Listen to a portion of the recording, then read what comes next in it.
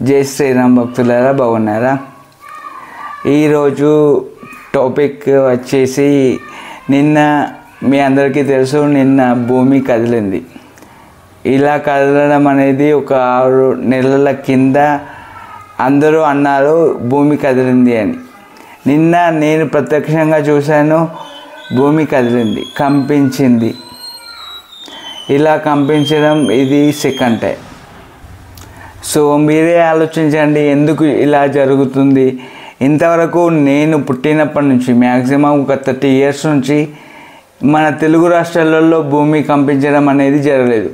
ఎక్కడో జపాన్లో జరిగింది, ఎక్కడో కేరళలో జరిగింది, ఎక్కడో ఆఫ్రికాలో జరిగింది, అమెరికాలో జరిగింది, ఇలాంటి అన్ని దేశాల్లో జరిగింది. కానీ మన భారతదేశంలో స్పెషల్గా మన తెలుగు రాష్ట్రాల్లో జరిగింది అని నేను ఇంతవరకు వినలేదు, ఇంతవరకు చూడలేదు.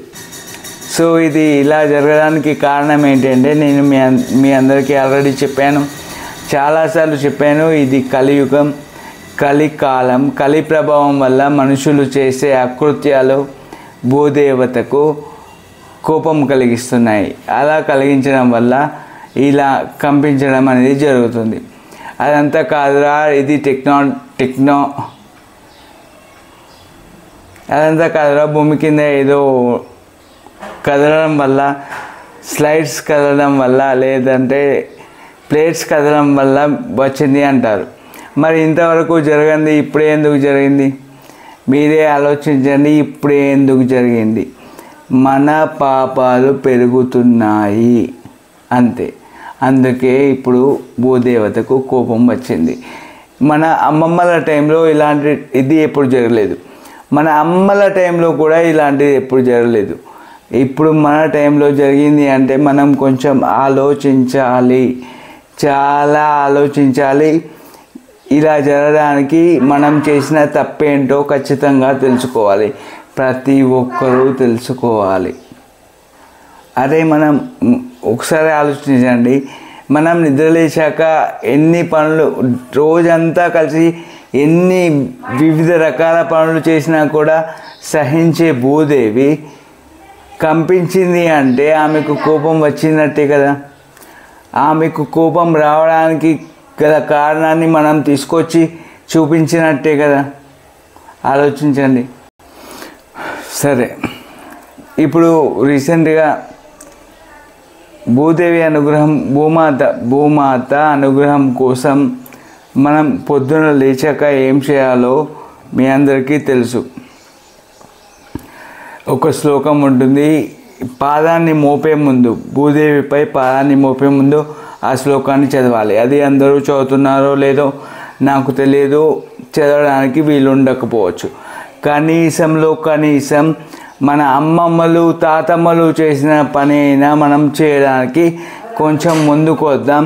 ఎందుకంటే ఇది మన పిల్లల కోసం, మన కోసం, మన పిల్లల కోసం, మన తర్వాత తరాల కోసం. ఎందుకంటే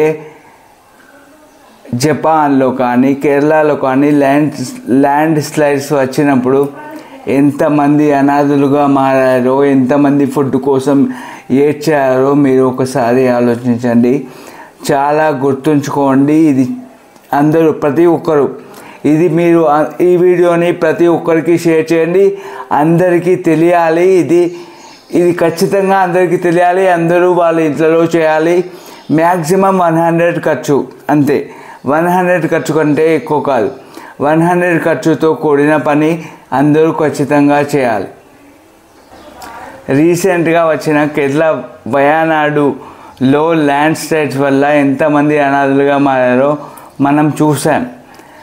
వాళ్ళు ఏడవడం చూసాం, వాళ్ళు ఫుడ్ కోసం బాధపడడం చూసాం. వాళ్ళని చూసి టీవీలో మనం కూడా బాధపడ్డాం. కానీ అలాంటి సిచ్యువేషన్ మనకు రాకుండా ఉండడానికి మన పెద్దలు, ఇంతకుముందు కాలంలో మన పెద్దలు ఏం చేశారో అదినే మనం చెయ్యాలి. తర్వాత తరాలకు వాళ్ళు ఇవ్వడంలో కొంచెం మిస్లైడ్ జరిగింది, లేకపోతే మనం వినడంలో కొంచెం తేడా జరిగింది. కానీ ఖచ్చితంగా చేయాలి.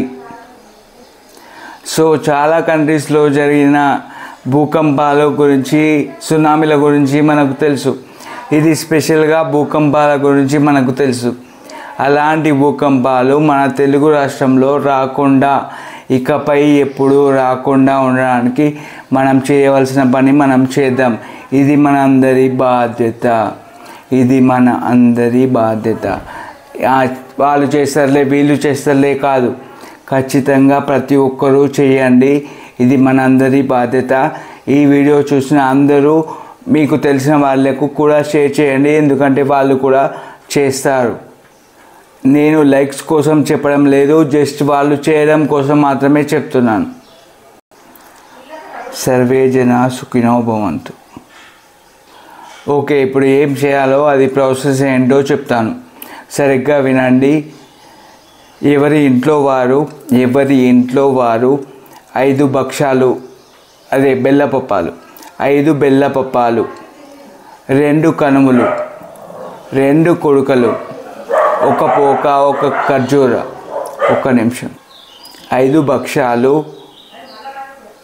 2 కనుములు, 2 కుడుకలు, 1 పోక, 1 ఖర్జూర, పసుపు, కుంకుమ, ఫ్లవర్స్, ఇష్టమైన ఫ్లవర్స్, ఆకులతో కొట్టిన ఇస్తారు. పేపర్ ప్లేట్ కాదు, ఆకులతో కొట్టిన ఇస్తారు. వాటన్నిటిని ఆకులతో కొట్టిన ఇస్తారులో పెట్టాలి. మన ప్లేస్లో, మన దగ్గరలో ఉన్న ప్లేస్, లేదంటే మన ప్లేసే కావచ్చు, మన ప్లేస్లో, మన తులసమ్మ గద్దె దగ్గరలో ఉన్న ప్లేస్లో అయినా సరే, మన ప్లేస్లో ఒక చిన్న గొయ్యి తవ్వి, చిన్న అంటే ఒక అడుగు గొయ్యి తవ్వి, అలికి ముగ్గేసి, ఇది నేను చెప్పడం లేదు, నాకు మా అమ్మగారు వాళ్ళ అమ్మమ్మలు చేసిన ప్రాసెస్ అంతా నాకు చెప్తే నేను రాసుకొని మీకు చెప్పడం జరుగుతుంది. ఇది నా సొంత జ్ఞానం కాదు.